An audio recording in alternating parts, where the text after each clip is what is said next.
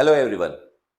तो आज का हमारा टॉपिक है केमिस्ट्री के एक बहुत इंपॉर्टेंट एस्पेक्ट पे, जो कि है एक्सेप्शंस इन केमिस्ट्री। ये टॉपिक चूज करने का एक बहुत ही इंपॉर्टेंट रीजन है। हम ये टॉपिक क्यों लेके आए हैं, क्योंकि ज़्यादातर स्टूडेंट्स जो कि इंजीनियरिंग या नीट की तैयारी करते हैं, वो मैथ्स फिजिक्स तो अच्छे से पढ़ लेते हैं, ठीक है, बट केमिस्ट्री में उनका इंटरेस्ट नहीं होता है, जिसकी वजह से वो उसको कम पढ़ते हैं। और इस कम पढ़ने की वजह से क्या होता है कि वो स्कोर फिजिक्स मैथ्स में तो अच्छा कर लेते हैं, लेकिन केमिस्ट्री में उनका स्कोर कम होने की वजह से उनका सिलेक्शन या उनकी रैंकिंग डाउन हो जाती है। तो अगर आप देखें in general, it more than 80% students जो तैयारी करते हैं वो एक्सेप्शंस की वजह से केमिस्ट्री में कम इंटरेस्ट होने की वजह से उसको कम पढ़ते हैं। तो क्यों ना इस टॉपिक को अच्छे से डिस्कस किया जाए। और एक्सेप्शंस को अगर हम देखेंगे कि ये बेसिकली एक्सेप्शंस नहीं है। जिस तरह मैथ्स और फिजिक्स में एक रूल होता है और हर एक रूल में एक कहीं ना कहीं कुछ डेविएशंस होते हैं, स्पेशल कंडीशंस होती हैं और उनके पीछे एक रीजन होता है, राइट। वो केमिस्ट्री में भी सेम चीज होती है, वो एक्सेप्शंस नहीं होते, वो स्पेशल कंडीशंस होती हैं, ठीक है। उसके पीछे भी एक रीजन होता है। अगर उन रीजंस को हम समझ लें, जस्ट लाइक हम फिजिक्स एंड मैथ्स में समझते हैं, तो ये केमिस्ट्री भी हमारे लिए इंटरेस्टिंग और इजी हो जाएगी और आप लोग अच्छा स्कोर करके अपनी रैंकिंग को इम्प्रूव कर सकते हैं और सिलेक्शन ले सकते हैं। तो आइए स्टार्ट करते हैं हम आज का टॉपिक हमारे केमिस्ट्री के सर से, ठीक है, वो आपको चेक करिए। Okay, hello everyone. जैसा कि सर ने बताया है कि केमिस्ट्री में एक्सेप्शन कुछ नहीं होता है, ठीक है। सब क्या है कि कुछ स्पेशल कंडीशंस हैं। तो मेरा तो यही मानना है कि एक्सेप्शन कुछ नहीं है, कुछ स्पेशल कंडीशन है। तो उन्हीं कंडीशंस को हम लोग डिस्कस करेंगे विद क्वेश्चंस। ओके, तो फर्स्ट क्वेश्चन जो हमारा है वो जनरल रिलेटेड है इलेक्ट्रॉनिक कॉन्फ़िगरेशन से। अब इसको पढ़ने से पहले हमें पता होना चाहिए कि इलेक्ट्रॉनिक कॉन्फ़िगरेशन लिखने के लिए किस रूल को हम लोग अप्लाई करते हैं। तो जैसे हमारा प्रिंसिपल होता है अबाउ प्रिंसिपल, साइंटिस्ट थे अबाउ, उन्होंने एक प्रिंसिपल दिया कि एनर्जी के जो बढ़ता हुआ क्रम होगा, यानी कि सबसे पहले 1s ऑर्बिटल फिल किया जाएगा, देन उसके बाद 2s, then 2p, 3s, 3p, then उसके बाद 4s, उसके बाद 3d, ठीक है। तो ऐसा क्यों हुआ कि 4s को पहले फिल किया गया और 3d को बाद में? इसके लिए होता है n+l रूल, ठीक है। तो वहां पे n+l रूल के अकॉर्डिंग 3d को बाद में फिल किया जाता है और 4s को पहले फिल किया जाता है। तो अगर हम इसको सिंपल वे में लिखना चाहें कि एक जनरल फॉर्म क्या है लिखने का, तो उसके लिए एक फॉर्म हम लिख देते हैं कि सबसे पहले हमने फिल किया 1s2, then 2s2, then 2p6, इसके बाद 3s2, 3p6 and then 4s2 and इसके बाद आ जाएगा हमारा 3d10 एंड इसी तरीके से आगे सीरीज बढ़ती हुई चली जाए। तो ये है अबाउ प्रिंसिपल के अकॉर्डिंग से इलेक्ट्रॉन फिल करने का तरीका, ठीक है। अब आते हैं नेक्स्ट स्लाइड पे। नेक्स्ट है कि क्रोमियम का हमें इलेक्ट्रॉनिक कॉन्फ़िगरेशन लिखना है। तो क्रोमियम का इलेक्ट्रॉनिक कॉन्फ़िगरेशन कैसे लिखेंगे, ठीक है। सपोज कि हमने कि क्रोमियम का एटॉमिक नंबर जो है वो 24 है। तो इसको अबाउ प्रिंसिपल के अकॉर्डिंग अगर हमें फिल करना है, पहले हमने फिल कर लिया कि 1s2 हो गया, 2s2, देन फिर 2p6, 3s2, 3p6 एंड इसके बाद अब यहाँ पे 3d फिल करने की बजाय अभी हमने 4s भी लिख लिया, ठीक है। लेकिन अबाउ प्रिंसिपल के अकॉर्डिंग अगर हम लिखेंगे तो हमें जो है 4s में पहले इलेक्ट्रॉन लिखना होगा। जो भी इलेक्ट्रॉन आएगा 4s में पहले, 4s में 2 इलेक्ट्रॉन आ सकते हैं। देन अब इसके बाद जितने भी इलेक्ट्रॉन बचे होंगे, ठीक है, काउंट कर लेते हैं कितने इलेक्ट्रॉन बचे हैं। तो यहाँ पे 2, 4, 6, 10 हो गया, 12, 6, 18, तो 20 बचे हमारे पास जो है 3d जो ऑर्बिटल है उसके पास 4 इलेक्ट्रॉन हमने फिल कर दिए, ठीक है। ये तो हमने लिख दिया अबाउ प्रिंसिपल के अकॉर्डिंग कि ऐसा कुछ जो भी प्रिंसिपल के अकॉर्डिंग बताया गया हमें कि एनर्जी के बढ़ते हुए क्रम में फिल किया जाता है, ठीक है। पर क्या ये इलेक्ट्रॉनिक कन्फर्मेशन करेक्ट है, इसको समझते हैं नेक्स्ट स्लाइड से।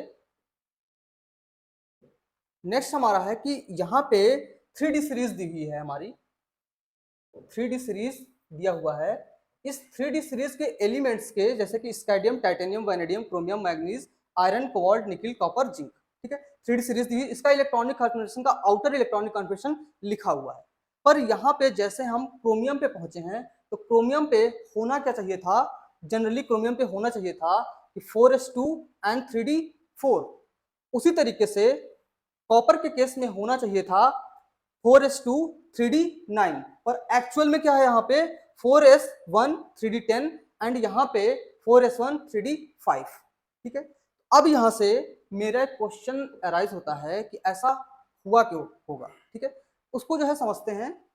इसको समझने के लिए मैं बोर्ड लेता हूं और यहाँ पे स्लाइड ले लिया। यहाँ पे देखेंगे कि लास्ट में जो हमने ऑर्बिटल पिक किया हुआ था वहां पे 4s1 और 3d5 in the case of chromium. Chromium के केस में आउटर इलेक्ट्रॉनिक कॉन्फिगरेशन लिखा हुआ था इस तरीके से। ऐसा क्यों हुआ जबकि होना चाहिए था 4s2 एंड 3d4? इसको समझने के लिए ऑर्बिटल कॉन्सेप्ट को समझते हैं।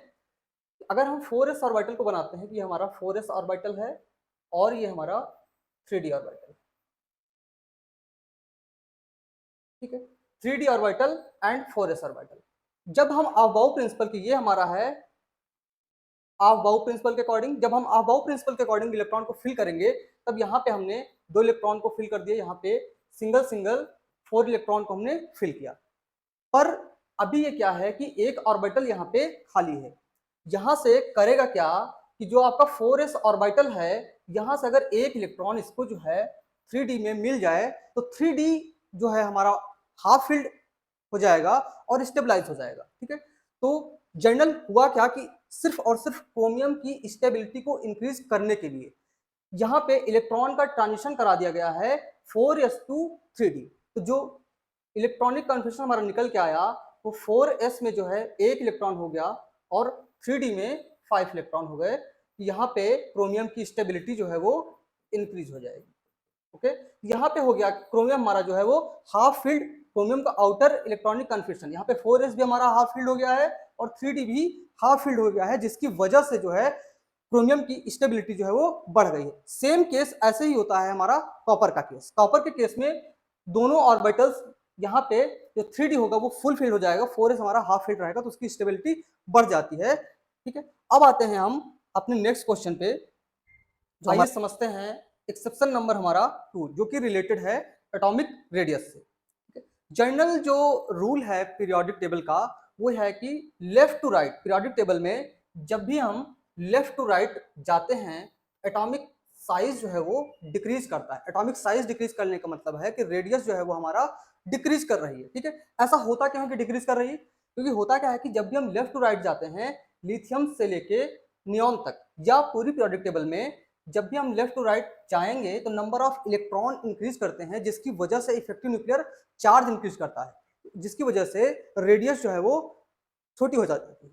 लेकिन वहीं पे टॉप टू बॉटम जाने पे नंबर ऑफ सेल्स जो है वो इंक्रीज होते जाते हैं। नंबर ऑफ सेल्स इंक्रीज होते जाते हैं तो वहाँ पे जैसे जैसे नंबर ऑफ सेल्स ऐड होते जाएंगे एटॉमिक रेडियस जो है इंक्रीज करती चली जाएगी। ठीक है, तो ये हमने जनरल ट्रेंड समझ लिया कि लेफ्ट टू राइट जाएंगे तो हमारा रेडियस जो है वो डिक्रीज होगा।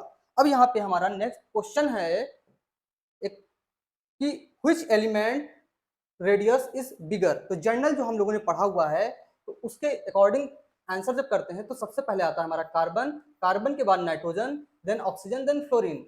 अगर हम नाइट्रोजन और ऑक्सीजन का कंपेयर करें तो ये लेफ्ट टू राइट जा रहे हैं, तो यहाँ पे नाइट्रोजन का रेडियस जो है वो बिगर होना चाहिए एज पर जनरल ट्रेंड। तो यहाँ पे इसके अकॉर्डिंग हमारा रेडियस ऑफ नाइट्रोजन जो है वो सही होना चाहिए, पर एग्जैक्टली ऐसा होता नहीं है। ये क्वेश्चन हमारा क्या है, रॉन्ग हो गया। ठीक है, अब यहाँ से एक क्वेश्चन अराइज होता है कि जब ये गलत हो गया है तो सही क्या है।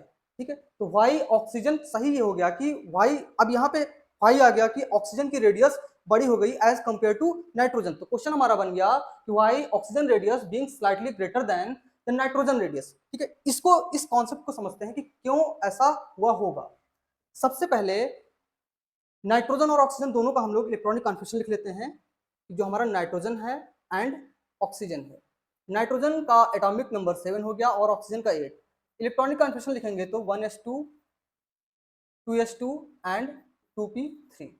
ऑक्सीजन के केस में लिखेंगे तो 1s2 2s2 एंड 2p4।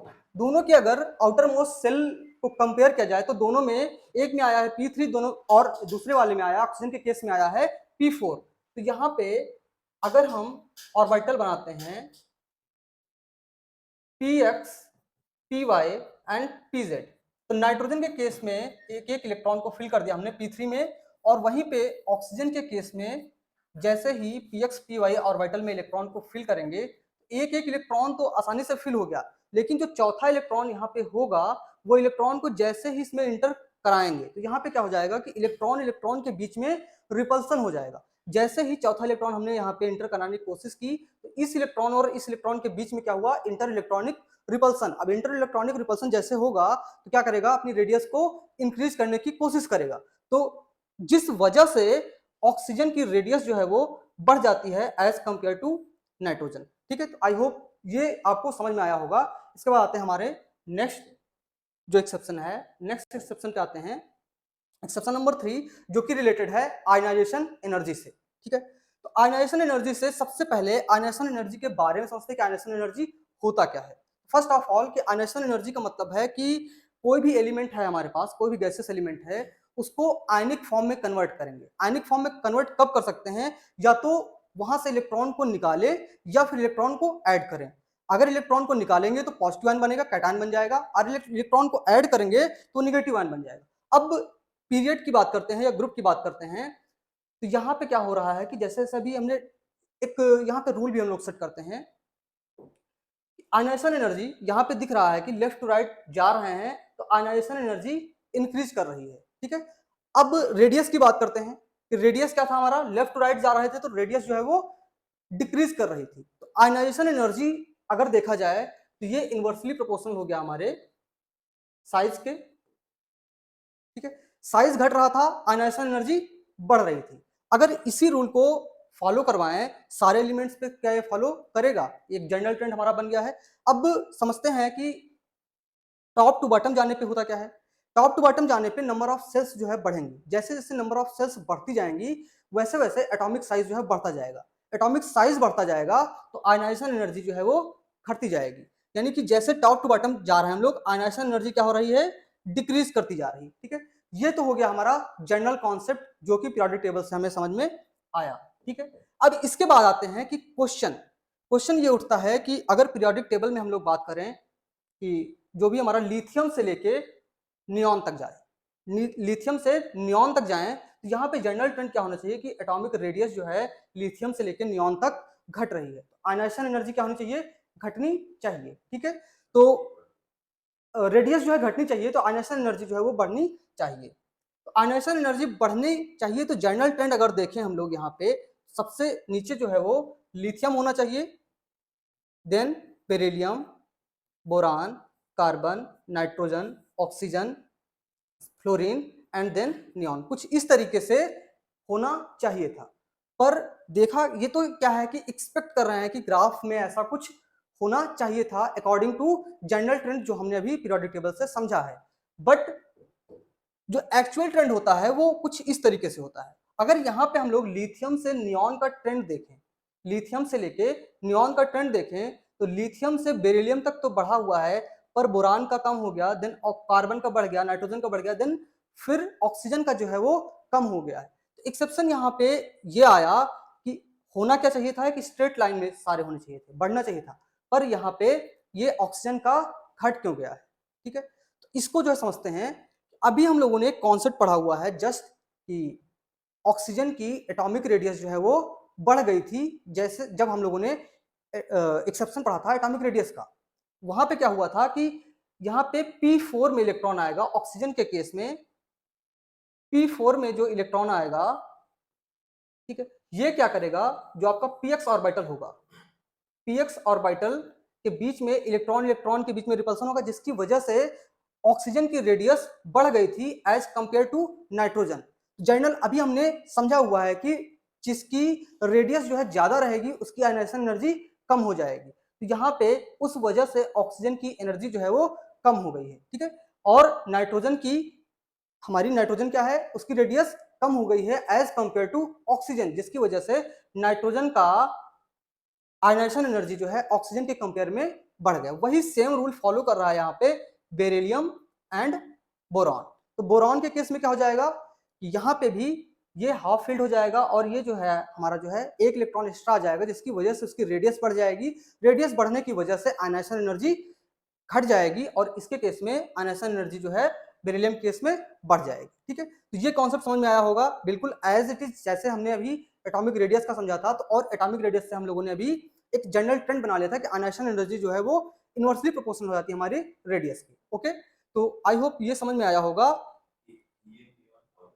हाँ, अभी यहां से लेके अगर इसमें देखें कि ये जो हमारा सोडियम से लेके आर्गन तक है, ये सेम जो है हमारा लिथियम से लेके नियॉन तक का एक ग्रुप होता है। तो यहाँ पे अगर बात करेंगे तो ये जो हमारा बोरॉन है, बोरॉन के नीचे एल्युमिनियम आएगा। तो ये हमारी बोरॉन फैमिली होती है। जो प्रॉपर्टी बोरॉन शो करेगा वही प्रॉपर्टी हमारी एल्युमिनियम भी शो करेगा। उसी तरीके से ऑक्सीजन और नाइट्रोजन का केस देखें तो यहाँ पे फास्फोरस और सल्फर आ गया। तो नाइट्रोजन और फास्फोरस एक ही फैमिली के हैं, तो जो प्रॉपर्टीज नाइट्रोजन की होंगी वही प्रॉपर्टीज हमारी फास्फोरस की होंगी, और जो प्रॉपर्टीज ऑक्सीजन की होंगी वही प्रॉपर्टीज यहाँ पे सल्फर की होंगी। आई होप ये वाला भी एक्सेप्शन आपको समझ में हाँ आया होगा। बट अब देखते हैं नोबेल गैस का। तो यहाँ पे देखना कि नोबेल गैस हमारे जो है हीलियम, नियॉन एंड आर्गन। अब इसके केस में क्या है,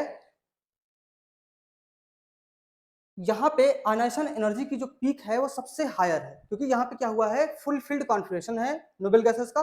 दूसरा क्या है कि नोबेल गैसेस की एटॉमिक रेडियस की अगर बात करें तो वो पूरे पीरियोडिक टेबल में वो लेफ्ट साइड में होता है। लेफ्ट साइड में होने का मतलब है कि रेडियस जो है सबसे छोटी होगी। इसी वजह से आयनाइजेशन एनर्जी हीलियम, नियॉन और आर्गन की सबसे ज्यादा है। हाँ, और सबसे छोटा जो है उसमें से हीलियम है, तो हीलियम की सबसे ज्यादा, देन उससे बड़ा आपका नियॉन हो गया तो नियॉन की उससे कम, एंड देन ऑर्गन जो है उससे छोटा है तो ऑर्गन का आयनाइजेशन एनर्जी डिक्रीज कर जाएगी। टॉप टू बॉटम जाने पर जैसे जैसे हमारा साइज जो है बढ़ता जाता है वैसे वैसे आयनाइजेशन एनर्जी जो है वो घटती चली जा रही है। ओके, तो ये एक्सेप्शन भी आप लोगों को समझ में आ गया होगा कि एक्सेप्शन जैसा कुछ दिख नहीं रहा है। ये क्या है, एक रूल दूसरे रूल पे इंपावर कर रहा है। ओके, आते हैं नेक्स्ट जो क्वेश्चन है हमारा। ये क्वेश्चन हमारा समझ में आया होगा कि यहाँ पे दिया हुआ है कि why ionisation energy boron and oxygen is slightly lower than beryllium and nitrogen respectively. तो बेरिलियम और नाइट्रोजन से बोरॉन और ऑक्सीजन का स्लाइटली लेजर क्यों होता है, क्योंकि यहाँ पे बेसिक फिर से एक बार समझ लेते हैं कि जो हमारा ऑक्सीजन है 8 है, तो इसमें लास्ट में 3p4 होगा, और 3p4 होने की वजह से यहाँ पे इंटर इलेक्ट्रॉनिक रिपल्सन होगा, जिसकी वजह से ऑक्सीजन की रेडियस जो है इंक्रीज कर जाएगी। और रिलेशन हम लोगों ने देखा हुआ है कि आयनाइजेशन एनर्जी इनवर्सली प्रोपोर्शनल है साइज के इनवर्सली प्रोपोर्शनल होने की वजह से ऑक्सीजन की रेडियस जो है इंक्रीज कर गई है एज कंपेयर टू नाइट्रोजन। यहाँ पे ऑक्सीजन की जो आयनाइजेशन एनर्जी होगी वो लेस हो जाएगी एज कंपेयर टू नाइट्रोजन। ठीक है, तो आप लोगों को पहले मैंने ग्राफ से बता दिया है, यहाँ पे ऑर्बिटल फिल करके भी और जनरल रूल को फॉलो करते हुए भी बता दिया है। आते हैं नेक्स्ट जो एक्सेप्शन है हमारा इलेक्ट्रॉन गेन एंथैल्पी से रिलेटेड। तो इलेक्ट्रॉन गेन एंथैल्पी होती क्या है, सबसे पहले तो इसको समझते हैं। जैसा अभी हम लोगों ने देखा है आयनाइजेशन एनर्जी के बारे में, आयनाइजेशन एनर्जी में होता क्या था कि या तो इलेक्ट्रॉन निकलेगा या फिर इलेक्ट्रॉन ऐड करेंगे हम लोग। ये उसी का एक स्पेशल केस है। इसमें क्या होगा, सिर्फ हमको क्या करना है कि कोई भी आइसोलेटेड गैसियस एटम है हमारे पास, उसमें हमें इलेक्ट्रॉन ऐड कराना है और एनायन का फॉर्मेशन करना है। तो यहाँ पे जो एनर्जी लगेगी उस एनर्जी को ही बोलेंगे इलेक्ट्रॉन गेन एंथैल्पी। इसे को पहले बोला जाता था जो है इलेक्ट्रॉन गेन एनर्जी, लेकिन बाद में आईयूपीएसी कन्वेंशन आया, उसके अकॉर्डिंग फिर बोला जाने लगा इलेक्ट्रॉन गेन एंथैल्पी। और यहाँ पे एक टर्म और यूज करते हैं, वो टर्म होता है इलेक्ट्रॉन एफिनिटी। इलेक्ट्रॉन एफिनिटी, ठीक है, तो दोनों वर्ड को समझते हैं, इलेक्ट्रॉन गेन एंथैल्पी और इलेक्ट्रॉन एफिनिटी होता क्या है। जो एनर्जी रिलीज होती है या जो एनर्जी हमें देनी पड़ती है इलेक्ट्रॉन को ऐड कराने के लिए, तो वहां पे इलेक्ट्रॉन गेन एंथैल्पी अगर पॉजिटिव है तो वहां पे इलेक्ट्रॉन एफिनिटी उतना ही अमाउंट बस निगेटिव साइन के साथ दिखाते हैं। ठीक है, दोनों बेसिक डिफरेंस क्या है कि साइन जो है वो अपोजिट होता है। ओके, तो I hope electron gain enthalpy तो समझ में आ गया होगा। आते जो हैं यहाँ पे एनिमेशन के थ्रू आपको समझ में आ रहा होगा कि क्लोरीन है, क्लोरीन जो एटम है उसमें एक इलेक्ट्रॉन बाहर से यहाँ पे ऐड कराया गया है और ये क्लोरीन जो है वो एनायन का फॉर्मेशन हो गया। तो एनिमेशन के थ्रू तो कुछ ज़्यादा ही समझ में आ रहा होगा कैसे इलेक्ट्रॉन ऐड किया है सेल्स में, ठीक है। आते हैं जो है नेक्स्ट स्लाइड पे कि एक जनरल रूल हमारा है, जैसे हम लोगों ने आयनेशन एनर्जी का टर्म देखा, तो वहाँ पे आयनेशन एनर्जी में था कि आयनेशन एनर्जी इनवर्सली प्रोपोर्शनल था एटॉमिक साइज के। तो ये भी क्या है, आयनेशन एनर्जी का एक पार्ट है। तो यहाँ पे भी क्या हो जाएगा कि इलेक्ट्रॉन गेन एंथैल्पी जो है वो एटॉमिक साइज के इनवर्सली प्रोपोर्शनल है। अब इसके अकॉर्डिंग अगर हम क्वेश्चंस पे आए तो इन क्वेश्चंस को देखते हैं कि ये जो हमारा जो है क्वेश्चन यहाँ पे अराइज हो रहा है कि why chlorine have higher electron gain enthalpy than fluorine, जबकि फ्लोरीन, क्लोरीन, ब्रोमीन, आयोडीन ये सब क्या है, एक ही फैमिली के मेंबर हैं। इनको बोलते हैं halogen family, fluorine, chlorine, bromine, iodine, ठीक है। ये फैमिली के मेंबर्स हैं। तो टॉप टू बॉटम जैसे ही हम लोग आते हैं, टॉप टू बॉटम आने पे साइज जो है वो इंक्रीज करता है। साइज इंक्रीज करता है तो इलेक्ट्रॉन गेन एंथैल्पी जो है वो डिक्रीज करना चाहिए।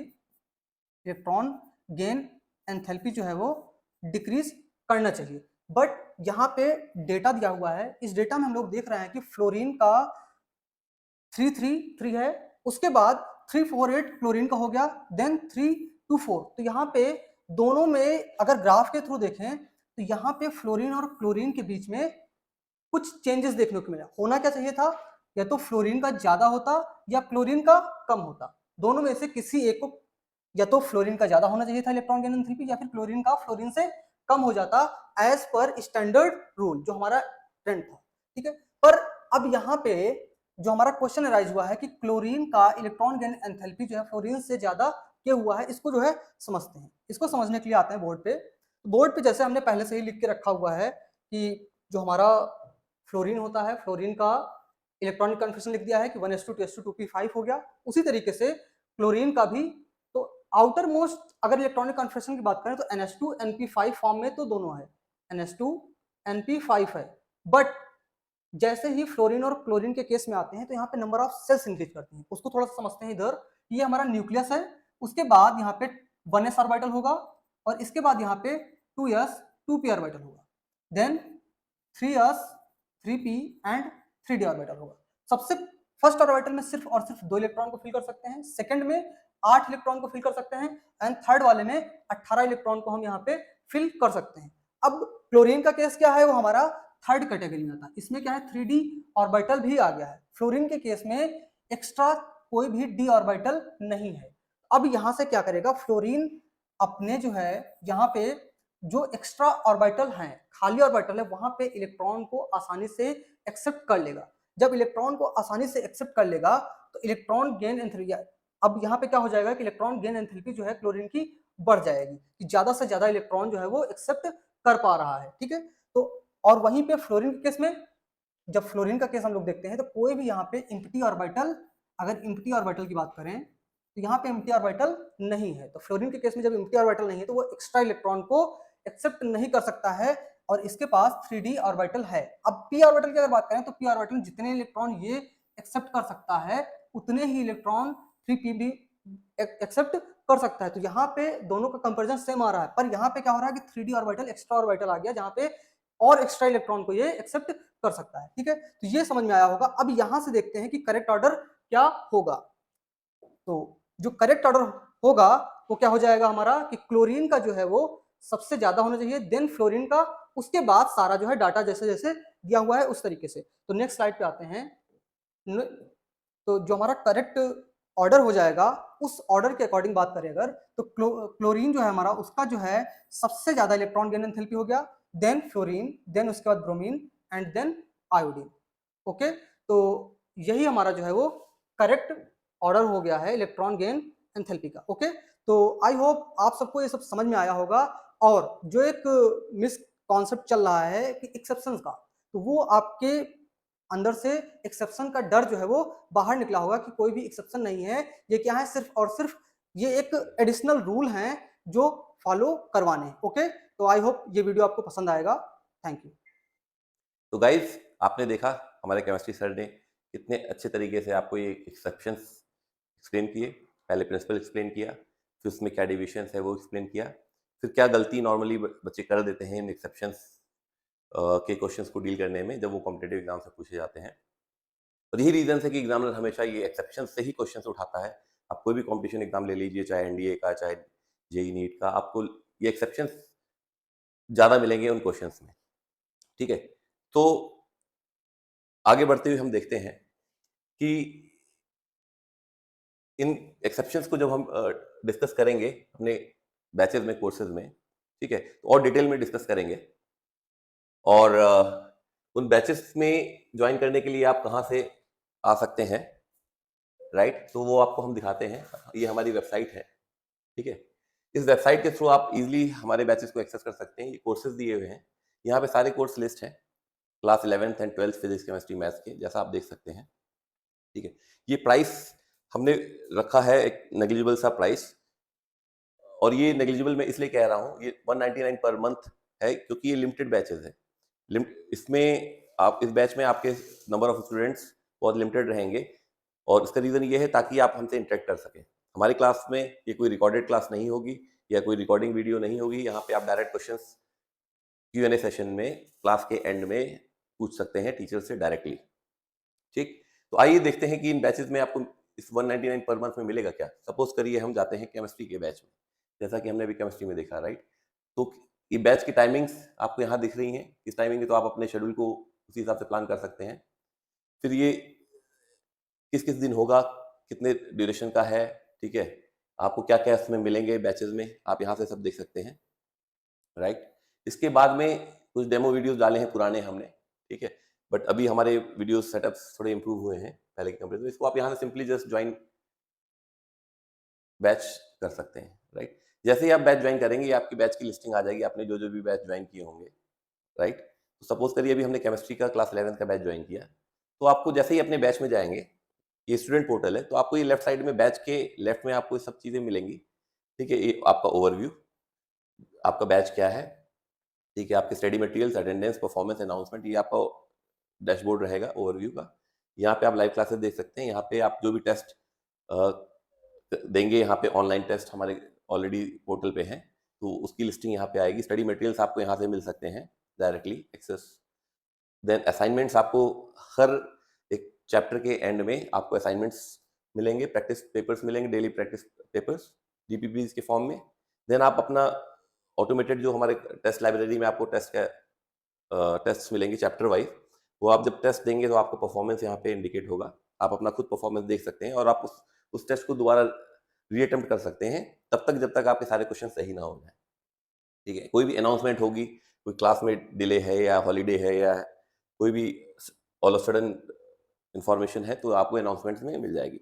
और सबसे खास बात यहाँ पे आपका फोरम है, जो आपकी कम्युनिटी का एक फोरम रहेगा, जहाँ पे आप किसी भी डाउट को रख सकते हैं। जो हमारे टीचर्स हैं, मॉडरेटर्स हैं, वो आपको एक्सप्लेन करेंगे, और साथ ही साथ आपके कम्युनिटी मेंबर्स, आपके फ्रेंड्स भी उस पे डिबेट कर सकते हैं। तो ये बहुत इंटरेस्टिंग टॉपिक है आपको डिस्कस करने के लिए, काइंड ऑफ ग्रुप डिस्कशन, ठीक है? तो ये सारी चीज़ें आपको मिलेंगी, और कंटेंट जो है हमने ऑलरेडी प्रिपेयर कर रखा है as per the latest syllabus, जो 11th एंड 12th के फॉर्म्स में, और जेईई एंड नीट को ध्यान में रखते हुए हमने कंटेंट्स को एडिशनल क्वेश्चंस लेवल वाइज, हमने डिफिकल्टी लेवल वाइज अरेंज किए हैं।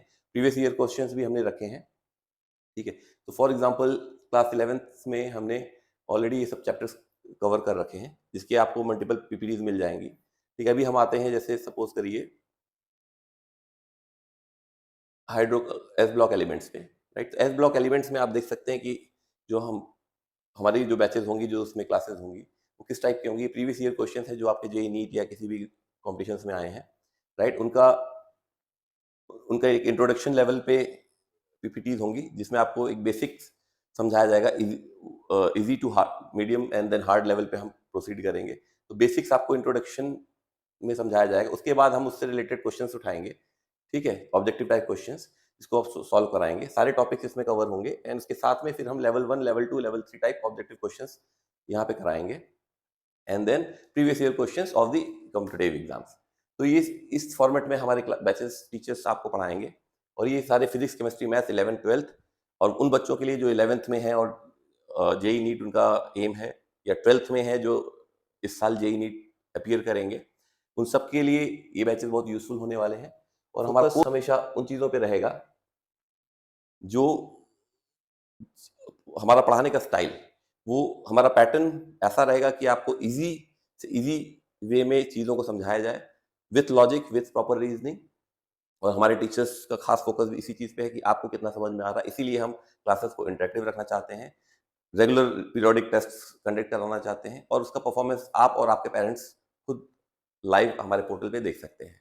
सो इसी के साथ हम ये वीडियो अपना एंड करते हैं। Thank you very much.